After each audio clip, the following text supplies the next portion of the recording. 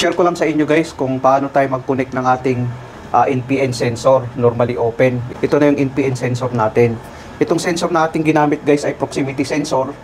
24 volts DC ito guys. So kailangan natin ng power supply na 24 volts DC. Bali, to 20 volts AC ang input, ang output niya 24 volts DC. Tapos mayroon tayong relay din na 24 volts DC. Itong 24 volts DC natin. Ang relay na ating ginamit dito ay non-polarized relay.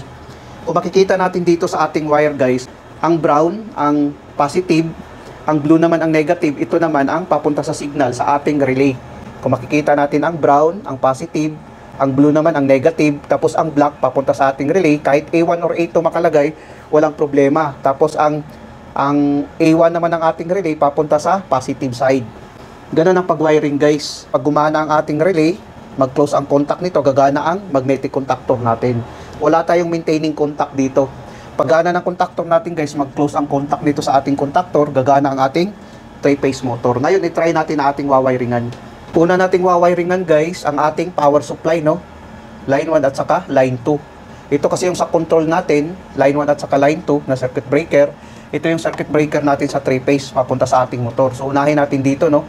Line 1 papunta dito sa line natin. Galing dito, papunta ngayon dito.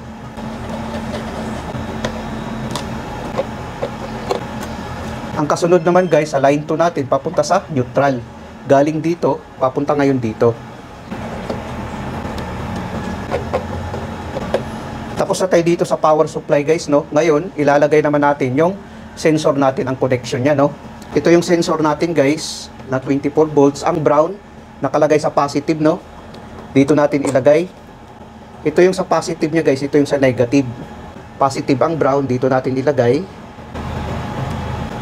Tapos, negative naman ang blue. Negative ang blue. Lagay natin sa negative. Tapos, ito namang black guys. Ito na yung papunta sa ating coil ng ating relay. Kung makikita natin, no, A2. Kahit saan dyan guys, walang problema. Kung malagay natin sa A1 o di kaya A2, walang problema guys. Ang A1 naman, nakalagay sa ating positive. Galing dito, papunta ngayon dito.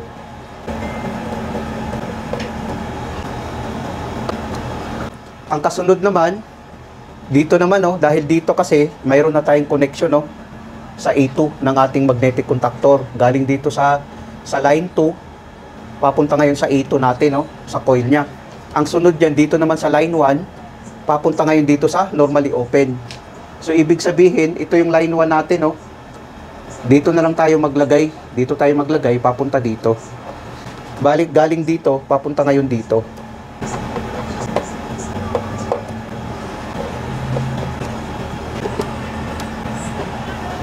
So mayroon na tayo guys, no, lusot dito sa kabila, papunta sa A2 natin, galing dito, papunta ngayon dito. Ngayon guys, tapos na yung wiring natin dito lahat guys, no. Dito naman tayo nag-wiring, mayroon na tayong wiring na nilagay, no, papunta sa ating contactor, papunta sa ating overload, papunta sa 3-phase motor natin.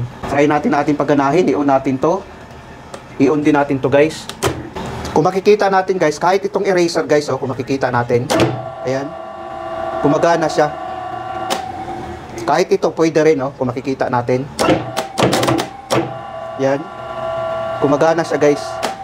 Kamay, pwede rin. Ganun ang function niya, guys. Kahit itong alcohol, kasi proximity sensor ang ating ginamit, pwede niyang masense. Kung makikita natin, guys, no? Gumana siya. Gumana siya. Kahit ito, guys, pwede niyang masense ito. Kung makikita natin, no? Yan. Pwede niyang masense. Ngayon, dadako naman tayo sa PNP sensor. I-try naman natin ang connection ng ating PNP sensor. Ito ay PNP sensor, guys. I-off muna natin to. Ang connection niya, PNP.